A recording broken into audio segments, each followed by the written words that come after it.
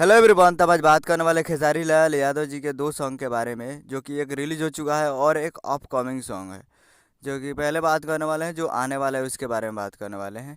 तो इसे लिखे हैं आज़ाद सिंह जी, और इसमें गाए हैं खेसारी लाल यादव जी और शिल्पी राज जी। जो कि आपको स्क्रीन के ऊपर दिखाई दे रहा है। जिस सॉन्ग का नाम है डिस्कलर चोली, जो कि बहुत ही ज़बरदस्त है और ये अपकमिंग सॉन्ग सॉन्ग है। और ये बहुत जल्द रिलीज़ किया जाएगा। अभी दो सॉन्ग बाकी है खेसारी लाल यादव जी के, एक सारेगामा से और एक खेसारी म्यूजिक वर्ल्ड से, दो सॉन्ग बाकी है। और एक रिलीज हो चुका है जो कि आपको स्क्रीन के ऊपर दिखाई दे रहा है। जिस सॉन्ग का टाइटल रखा है गाजा पी के होली में।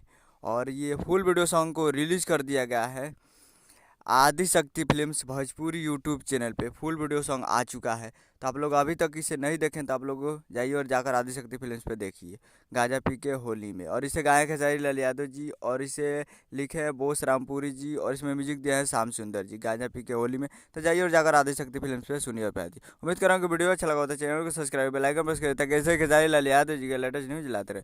और वीडियो को लाइक कीजिए। मिलते हैं अगले वीडियो में, तब तक के लिए जय हिंद जय भोजपुरी।